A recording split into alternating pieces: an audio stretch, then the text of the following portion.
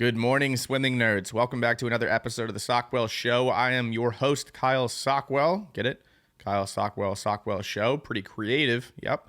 Well, in this episode of the Sockwell Show, I'm joined by probably the fastest. Yes, I'm emphasizing the word fastest here because Jordan Crooks is technically the fastest, if you look up the definition of it, swimmer that I've ever had on this show. He's one of two swimmers who have ever broken 18 seconds in the short course yards 50 freestyle. He's a great short course meter swimmer as well for my non-Americans, and a great long course swimmer as well. He's been 21 plus in the 50 freestyle and 47 plus in the 100 freestyle. So he's a great short course yard swimmer. He's got some exciting things coming up in February and March. That is conference championships in the NCAA neck of the woods, and then also NCAAs, the NCAA championships. And then after that, we've got some important things going on for Jordan Crooks in the long pool as well. But we talk about a variety of different topics. We talk about, Jordan going sub 18. Obviously, we talk about his favorite swims, what he likes to do out of the water, which might actually still pertain to the water. So buckle up, grab a coffee, grab a beer, whatever you want to do. Enjoy the show. Drop a like, drop a comment. Here we go. Swimming's kind of a love-hate type situation. How are you feeling about swimming right now, just in general? Are you loving it, hating it, kind of a blend? It's great. I think it's my relationship with swimming has been like kind of up and down over the years. Like my 11, 12, 13, 14, those kind of years, it was a little rocky, just kind of figuring out what my main events were, like what I really wanted to swim. Because I swam up to like, I wasn't great at it, but I did four frees when I was younger. I did the two back. I did like two free. I did everything. And so, I think now that I've kind of found like my groove, like once I got to college is where I really realized like this is what I want to do, and I really enjoy it. It's all like one big kind of game to me, just kind of figuring out the ins and outs. Yeah. Yeah, you got to college and you were like, I'm going to do the 50. Yeah. And you were like, hey, Yeah. this shit's Yeah. fun. Yeah. I mean, my favorite events it's always been the 50 free. I think as far back as I can remember. I mean, I remember before it was a 50, it was a 25 diving off the wall at the opposite end. So it's always been the shortest event, the fastest one. Why do you like it so much? Is it because it's kind of like the marquee event, or is it just like the blend of perfection and also just like athleticism, or what is it? I think I'm somebody that I like to find the fine details and things, and the 50 being an event where there's no room for error, just that's the most challenging event to me in swimming because the smallest mistake can throw off the whole race. And it's not like, for example, a 500 where, going out too fast, you can make up for it like later on in the race. But I mean, you can't really do that in a 50. You get one shot, you get 17, 18, however many seconds to do that. That was a nice little one-liner. Yeah. You're one of Yeah. two people on the planet that can say that. I guess we'll kind of move through it. We'll move. I've got obviously a list of questions over here. I did some research. I knew about kind of your swimming origin story, and we'll get into that a little bit later on. I want to talk about the sub 18. I want to dive right into it. Just kind of like walk me through. I think like maybe like a 10,000-foot view of the season, because I don't think it was really. I mean, you were in an interesting situation where I think most of the community knew your goal, which is like weird. I'm assuming it was kind of weird for you as well. And it was kind of like, it wasn't a shock that, we got that kind of reaction when you broke 18. So was that kind of like a premeditated before the season? Like, was that your number one goal? And then how did you kind of like move through the season and then just kind of take me all the way to the point where you did it? You looked up at the board. I think that photo of you looking like an absolute, like, I mean, you're looking like DK Metcalf, like linebacker in the NFL, like flexing and screaming at who knows. I mean, it must have been your teammates, I'm assuming. I hope it wasn't just a Yeah. bystander that you just like singled out and screamed at. But yeah, walk me Yeah. through that season, kind of like all the way down to the point where it finally happened.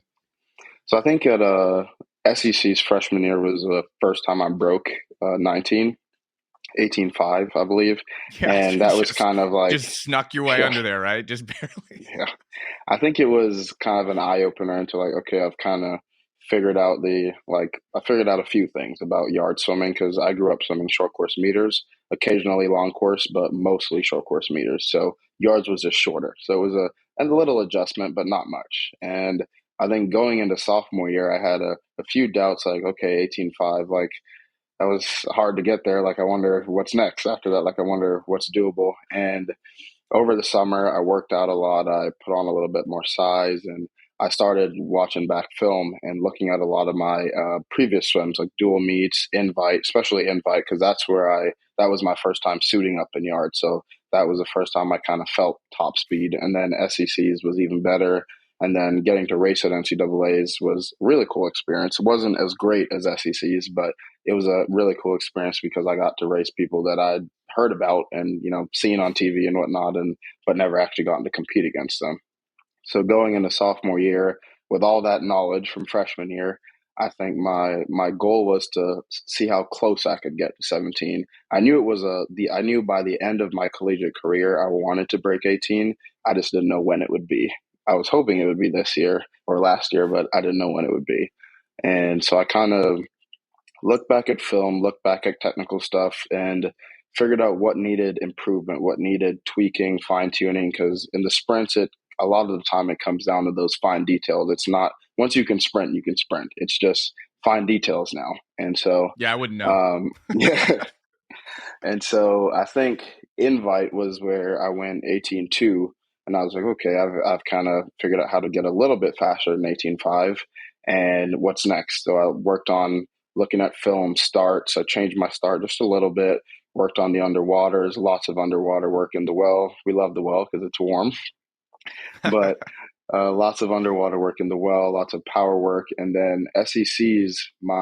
I got to SECs and I knew I was going to try for it there. I wasn't 100% confident that it would happen, but I knew that's where I wanted to try it because invite was like another small stepping stone to there, 18.5, then 18.2.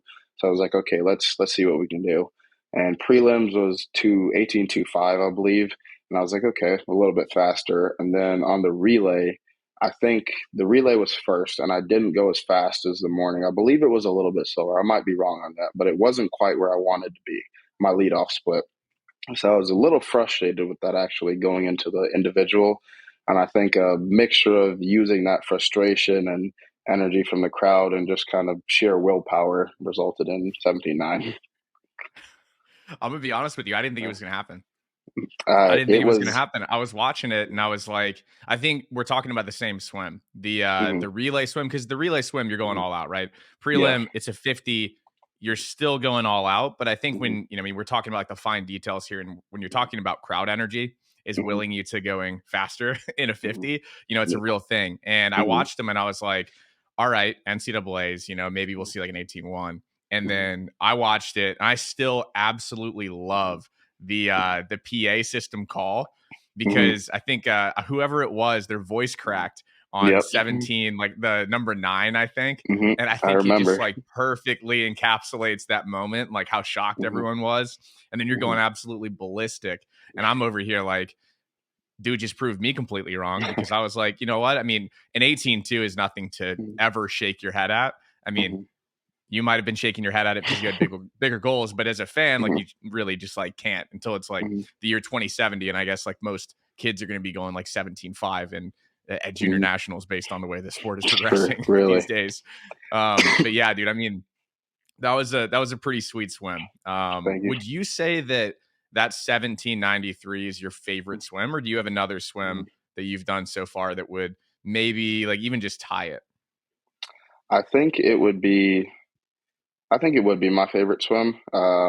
It's up there. I think of that meet, my favorite swim of that meet was the 4 free relay actually, because that one I think we pulled off a little bit of an upset that wasn't quite expected, and I think knowing that we were kind of locked into, I think, force, we just wanted to end the meet off on a really high note, and everybody on that relay just came together. We all knew that we wanted to just end it off in style, and I think that's exactly what happened. And I mean, kudos to all the boys that were on that relay. It was one of my favorite races of the meet. Yeah, Karibe's celebration at the end of that was sick. Up Yeah, on the lane rope, yeah. hitting the tee. My second favorite might actually be the two medley relay starting off the meet with a bang with that. That was a really fun relay. Yeah, what the hell happened there? Was anything in your mind telling you that you could go 18.9 to 50 fly? Or did you look Not a up there and you were like, what? I actually didn't know until we were on the podium when they were announcing our overall time, and then they mentioned that. I happened to hear it, but I wasn't really paying attention because it was a lot of emotions. But that relay was one of my favorite swims because that was a team record that had stood for a while. And one of my previous teammates, Michael Hooley, this was his last SEC, so it was his last chance to kind of keep his name on there, and he not only did that but made it a faster time. So I really proud of absolutely him. love the way that dude swims a long course 100 breaststroke. Hmm. Absolutely love it.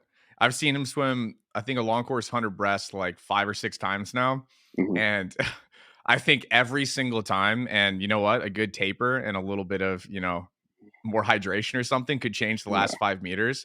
Dude Yeah. locks up last 5 meters because he goes out like 27-2, like, every He's an single time. animal. He's an I animal. absolutely Awesome love it. guy, like crazy racer, and he's just like even better to watch yards. I find his yards just awesome to watch. Yeah, he's got a pretty sick 15 to Mhm. 20 meters off the Mhm. blocks. I Yeah. mean, I think you could probably say the same thing. But yeah, let's run back a little bit to what I think everyone is expecting this podcast to be mostly about. You're back home. I follow you on Instagram. I saw on your Instagram story that you had a pretty decent haul. Was it Mhm. yesterday? Yes, it was. Yeah, Cool. What were you guys fishing for out there? we were fishing for wahoo, and anything that would bite.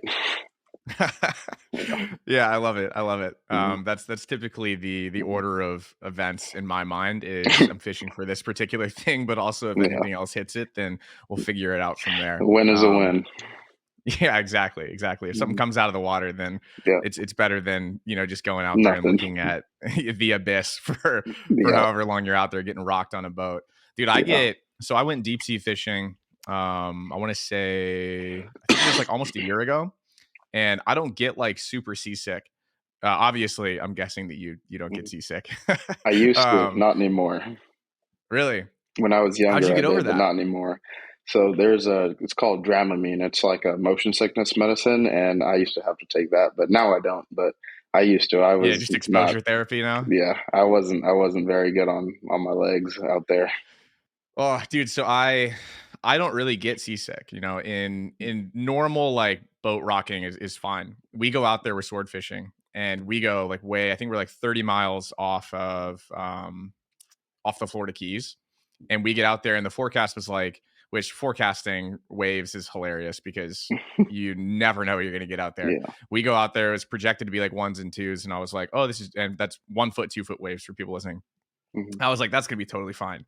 Dude, we get out there and it's like 1 and 2, and I'm like, totally fine. And then as the day goes on, I mean, it was like almost comedic. It was like ones and twos Funny. and then threes and fours. Then by the end of it, we were just getting thrown.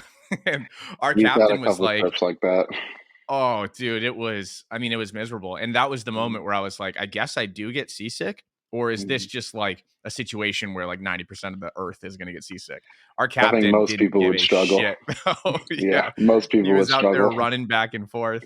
And he was like, we're going to do one more drop. We're going to do one more drop. And I was like, dude, we don't have to do one more drop. We can go back. It's totally fine.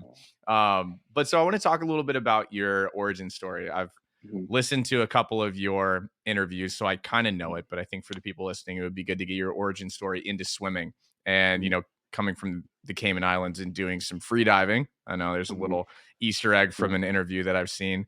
Just Yeah. kind of like walk me through how you like made your way into swimming. And I mean, you've Mhm. been swimming since you were like 4, right? But then didn't take it Yeah. seriously until I think this is going to shock some people until like Mhm. 16.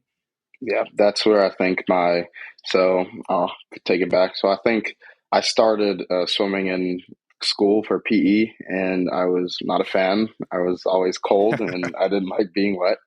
And I used to have one of those little wetsuits that I'd wear. It had an orange and black one. And Oh, no way. yeah, I Foreshadowing. was I wasn't really the biggest fan of it. And I joined a team at about 9 or 10, I think. And I swam just kind of casually. I do meets here and there. Sometimes we go to Jamaica, which is really close, and we do meets in Florida. But I don't think I ever really took it serious until after I joined the national team. I joined at 11, and I've been a part of the national team ever since. I swam 11, 12. The age group was kind of I liked it, but I wasn't really hooked on it. 13, 14, and then 15 to 16 was where I jumped into a bigger age group because 15 to 16 is, or 15 to 17, sorry, is 15, 16, 17-year-olds and 17-year-olds who've just turned 18. So I was kind of a little fish in a big sea. And I think at 16, there's a meet called Carifta here in the Caribbean.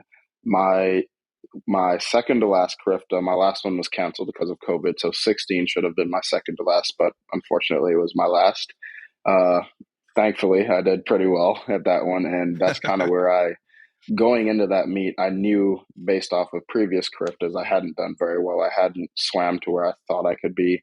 I hadn't, my times were nothing special.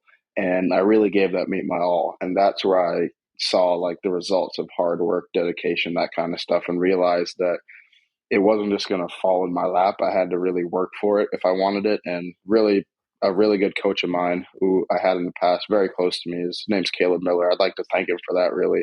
He kind of turned me on to the straight and narrow when it comes to training and made me realize that I have to do it. Like, it's not just going to happen for me. Like, some people are talented enough to not train and be really fast, but I'm not one of those people. And so he really instilled that in me that if I wanted to be successful in the sport, I had to work for it. It's not just going to happen just like that.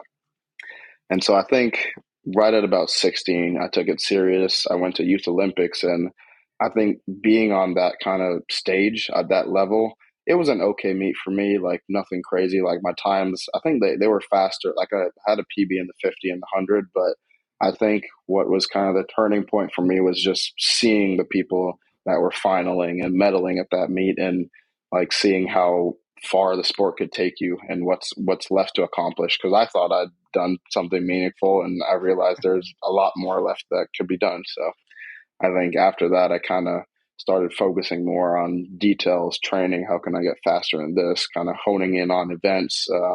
At that point I was still kind of swimming everything, and so I started narrowing down to freestyle, butterfly. I did a little bit of backstroke, and then eventually I narrowed that down to freestyle, butterfly, and then started looking for schools. And Tennessee was kind of the first one to show interest, and I didn't really do too much searching after that. I just kind of ended up there. Yeah, just ended up there. Now you're a world champion. Not too bad, huh? Not too bad. And also not a bad 200 freestyler. What was that? So Was I used that, to I mean, did you think you were going to go like 132 in that?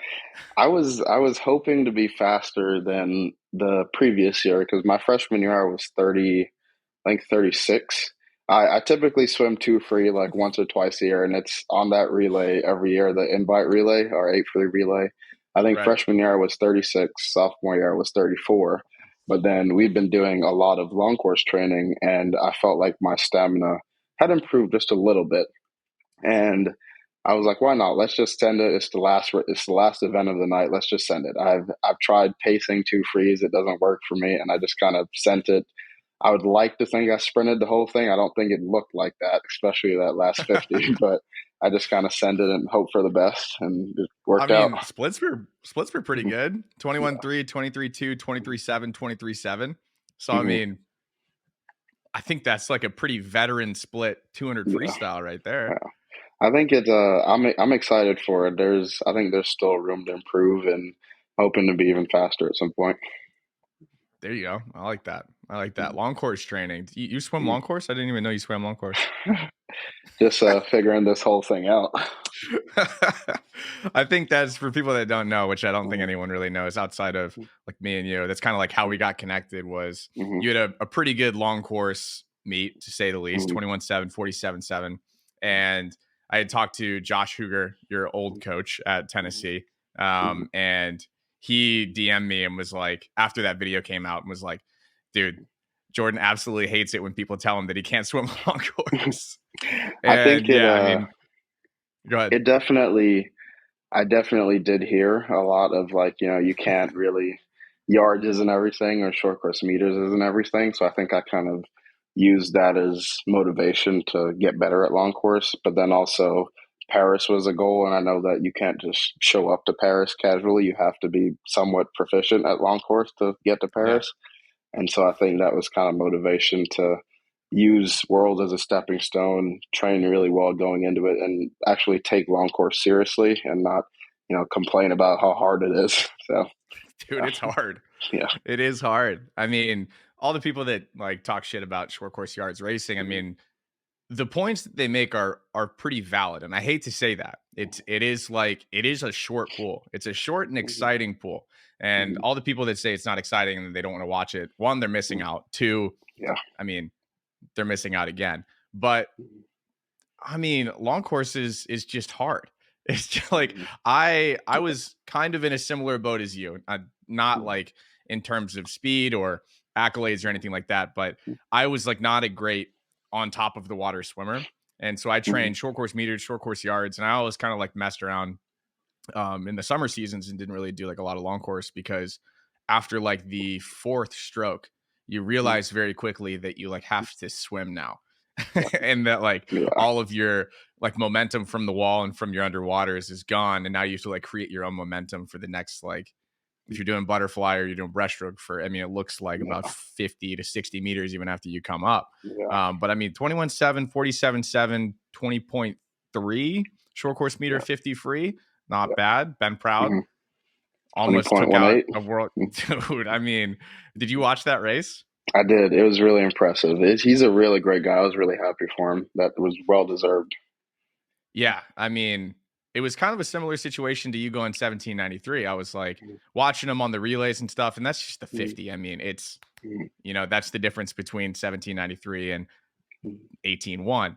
Yeah. And I was watching that and I watched the 50 split or the 25 split, and I was like, Mhm. doing quick math in my Quick. head. I was like, wait a minute, wait a minute, wait a minute. Mhm. Yeah. But yeah, I mean, is that a goal too? Do you have short course meters goals that you're like watching this and you're like, Mhm. because one of my biggest goals Mhm. for the sport is to see someone go under 20.00 in a 50 Mhm. short course meter freestyle, even if it's in a bodysuit on a relay start and the takeoff time is minus 0.03. I think definitely, yeah. I grew up short course meter swimming, so I think that'd be really cool. I think I have a lot of experience in it, and there's still more to learn. But I think combining the short course yards, fast twitch, and the endurance of long course would be like a perfect combination to make that happen. Yeah, nice little happy medium. Yeah. So I mean, you've been 1793. We're coming up into the new year, coming up into I guess you would call it like playoff season for swimming. The margins are pretty small when you're trying to go faster. I mean, you talked about it Yeah. earlier. What are you doing? Like, are you just getting stronger, faster? Do you still have things that you looked at in that 17.9 and you were like, Mhm. like that wasn't Mhm. good, this wasn't good? And like in terms of obviously you were the one doing it, you were in the water. Like, were Mhm. there things that you felt? And do you really Mhm. think that like there's another? I mean, you said you snuck under 19 for the first time and you had 18.5 and have kind of like Mhm. surprised yourself over and over and over. Like, what kind Mhm. of things are you working on right now if you're willing to share? I know swimming can be a Mhm. little bit secretive sometimes, and if you got some aces up your sleeve, keep Mhm. them there if you want to. Mhm. I'll share a few things. I think with the 17.9, I don't actually remember the swim itself, like how it felt in the water. It felt good, but that's about as much as I can Dude, remember. it's Um, hard to after you yeah, look up C yeah, 1793 and go, yeah, everything else like the last, I bet yeah, 20 minutes is gone. yeah. But watching on film, there were a few things I noticed. Like my second breakout, I wish was just a little bit cleaner. I think my second underwater, I could have pushed maybe a kick or two more.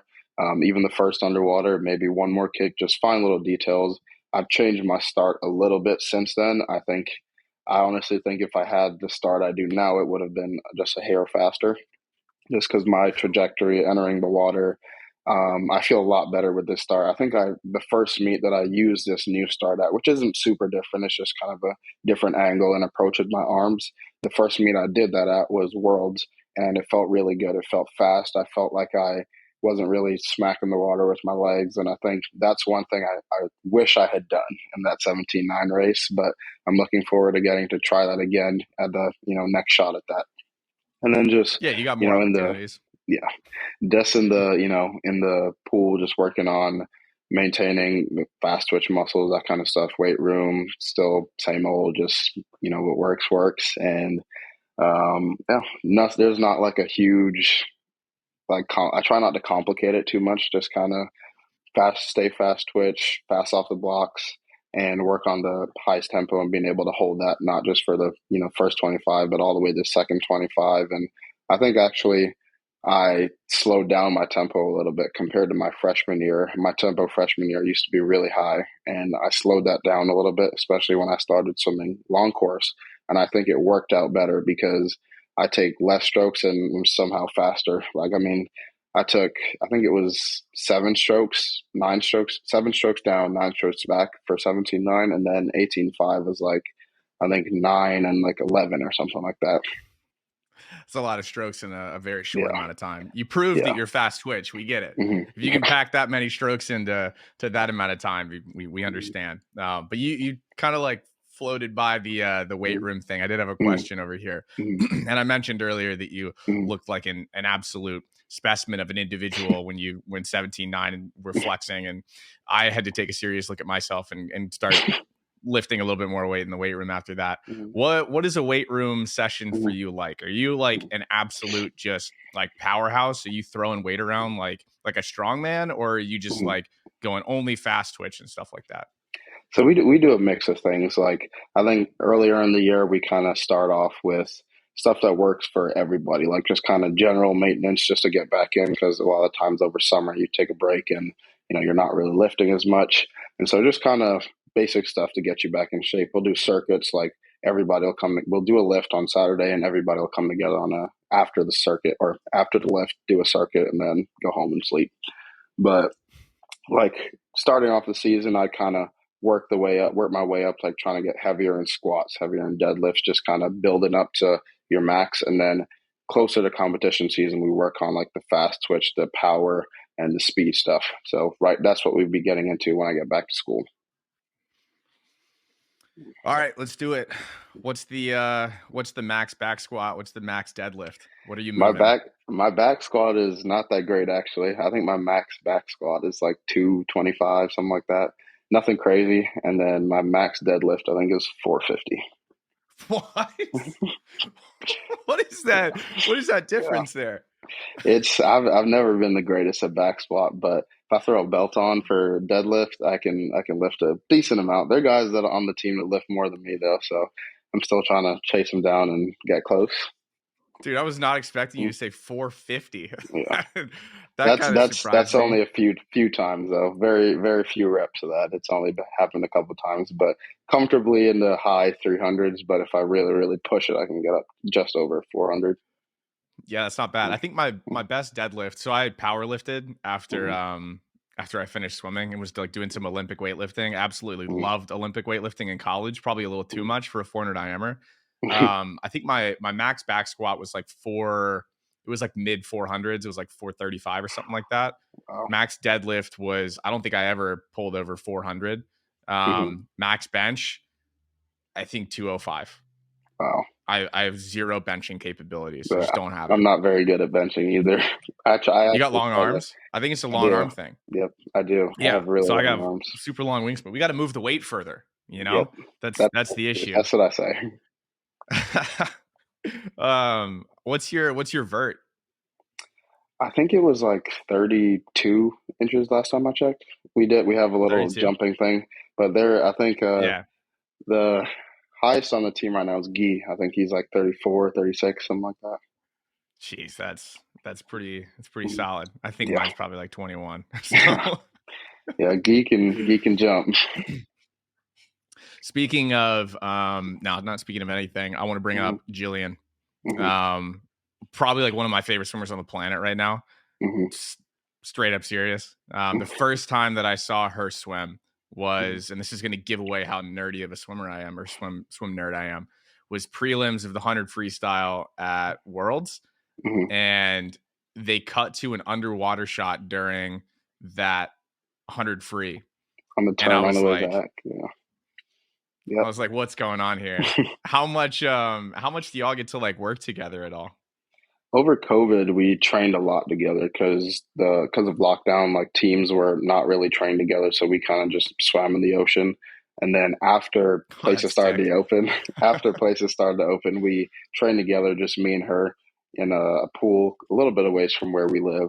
And I think that was really cool because we got to kind of bond over it just being me and her. And she got to take notes from me. I took notes from her. And I think she's just naturally gifted at underwaters. I don't think it's really anything I specifically told her or showed her how to do. She just kind of learned it and did it on her own and is just talented at it.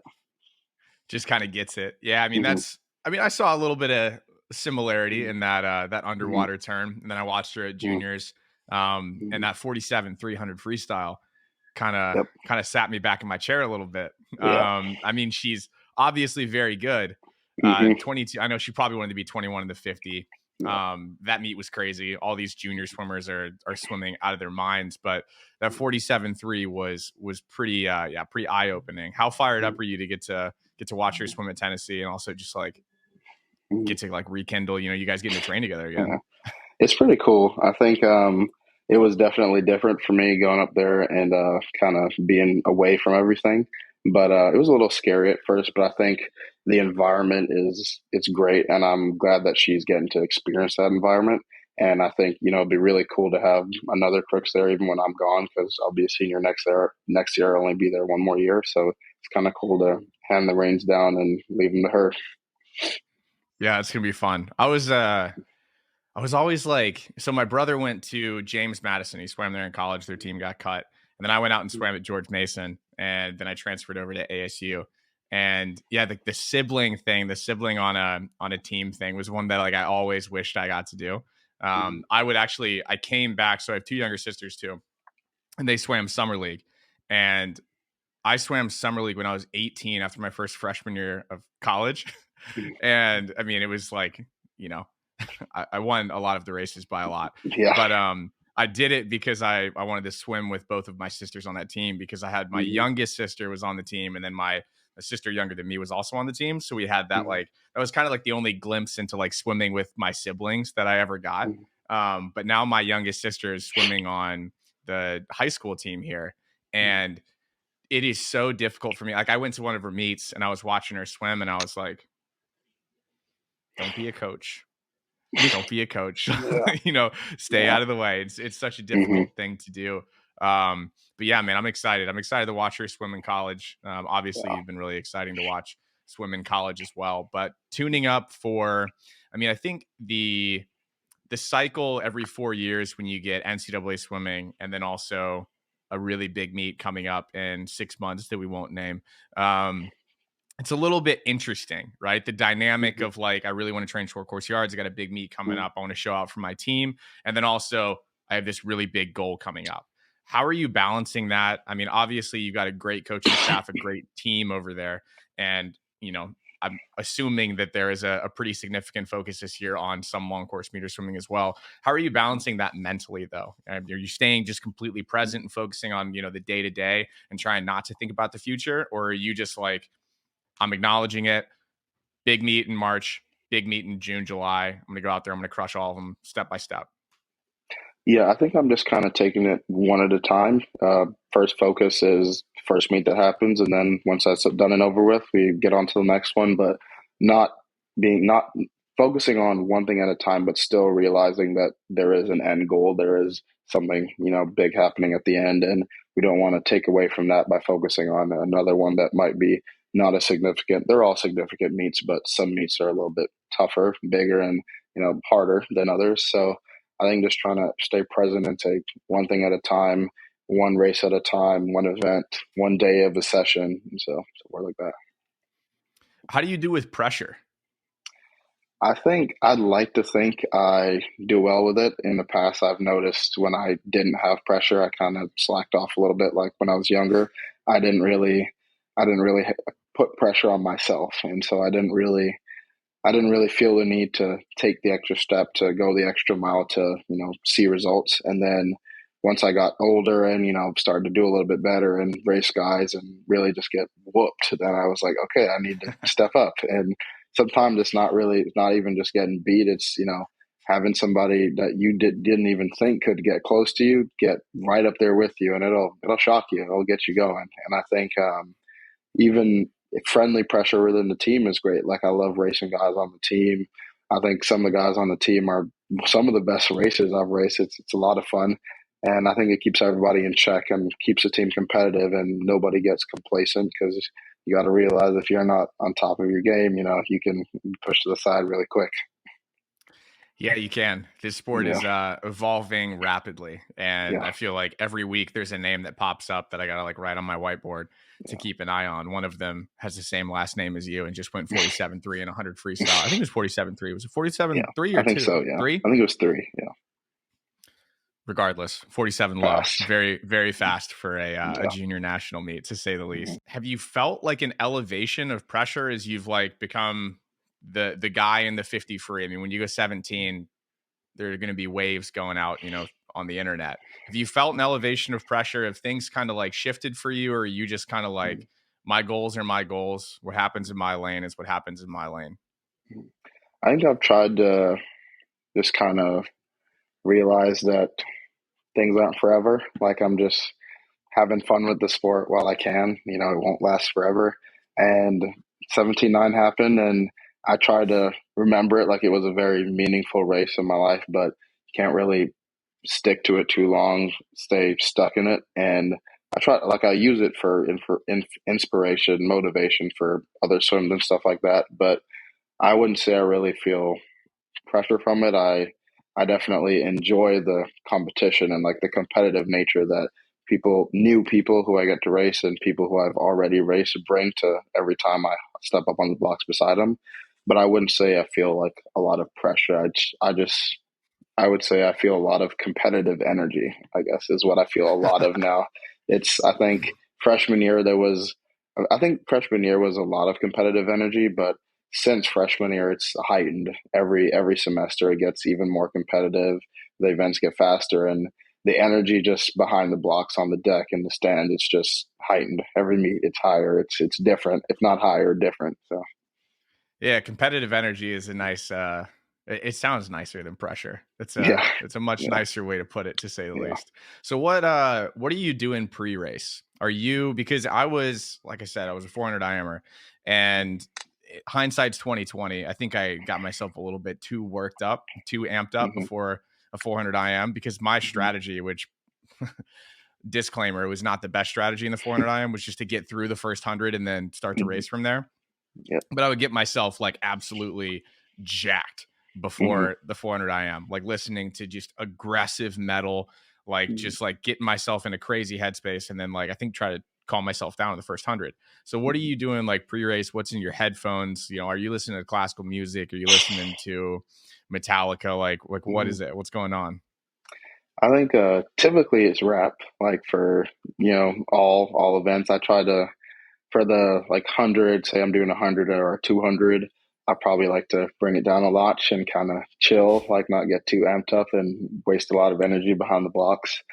So I typically like to breathe out a lot, do a lot of exhales, close my eyes. I used to like visualizing my races, but I don't really do that as much anymore because sometimes I'll make a mistake in my head and get a little flustered. So I just leave that alone and I'll think about it. Just kind of do a little checklist. What's needed for this race? Nail the start, nail the breakout, turn, second breakout, finish. That's an example of what I would do for the 50. Just kind of go over it once or twice in my head and then get ready and go. And I try not to pay too much attention to what's going on to the left, to the right. I don't really look at my competitors like when I'm behind the blocks. I mean, I'll shake a hand here and there, but I try not to like really socialize too much. I'll be friendly, but not too much socialization because You don't have to occasionally be it'll be friendly. distracting and whatnot. For the Yeah. 50, I do like to get myself hyped up, get the heart rate up. I find it helps. It helps me get hyped up, but it's I think better for your body for sprinting just to get amped up a little bit. Jumping jacks, like squat jumps, that kind of stuff. High knees, swinging the arms, just kind of slapping the chest, not too hard. And then a lot of just sometimes the music varies, just whatever is loud and fast paced and anything. All right, if you have a 50 free in 30 minutes, Mhm. what's going into the headphones as the last song? Probably Love Sosa by Chief Keef. Nice. Aggressive. Yeah, yeah. All right, we'll do 200 free then. 200 free, probably, let's see, some kind of Gunna song, anything Gunna. Okay. Hmm. So is it like mostly based on BPM? Is it like the message of the song? Like I think what are you varying?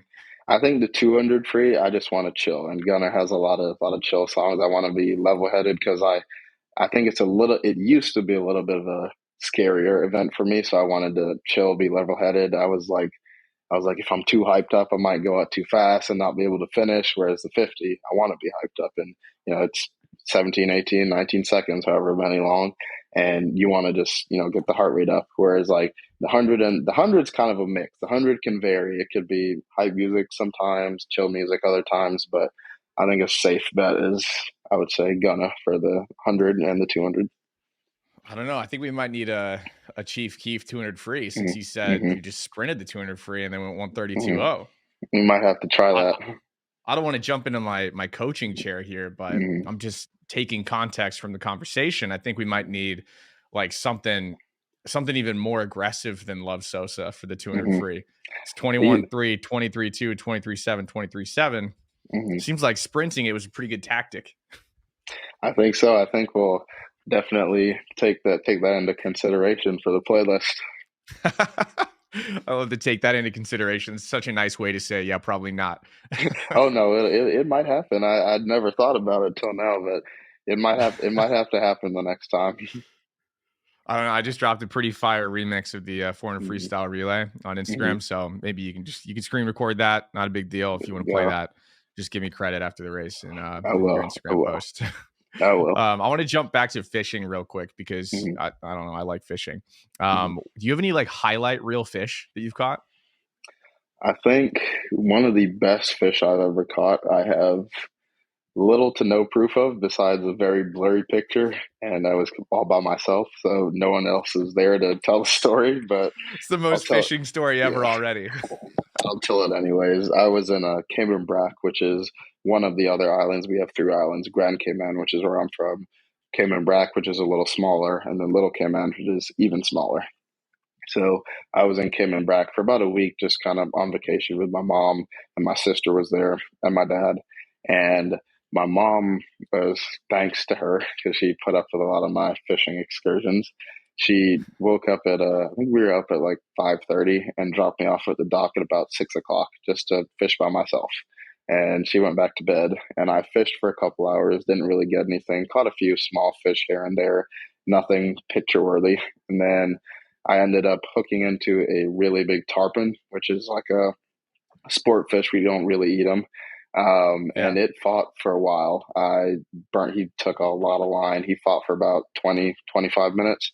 And it was just me. I didn't know how I was going to land him. And nobody will believe me, but he was able to. I was on shore, and instead of me having to get into the water and kind of pull him closer to where I could take the hook out, he just jumped out of the water and landed on shore. And so he did my job for me. And I ended up popping the hook out, and I lifted him up for a picture, but it's a little blurry, hard to see.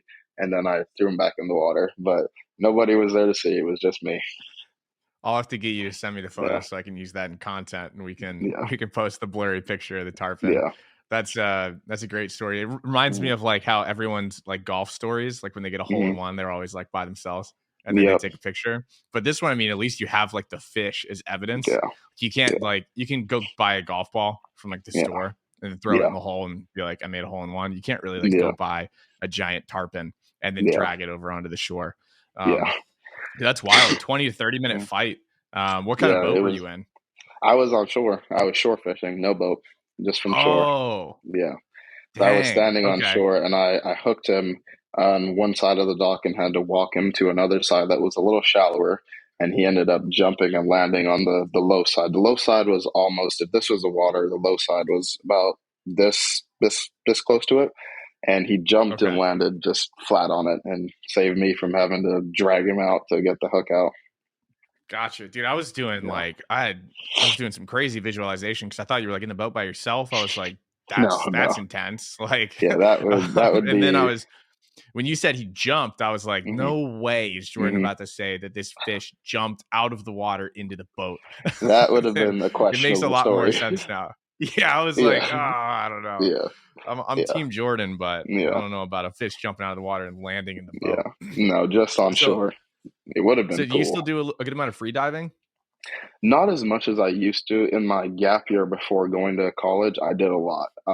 So every time I come back, occasionally I'll go out a little bit, but not as much as I used to. And I don't think I can dive as deep as I used to dive. I could work on it a little bit and get there, but it's really fun. It's peaceful. I find it peaceful, just kind of slowing down the heart rate, slowing down the breathing, and then not even just like looking, trying to get a certain distance, just diving down there and trying to relax and look around, see what you can, especially out at the reef. It's really beautiful here, and focus on that and not holding your breath. I learned like I could hold my breath a lot longer than I thought.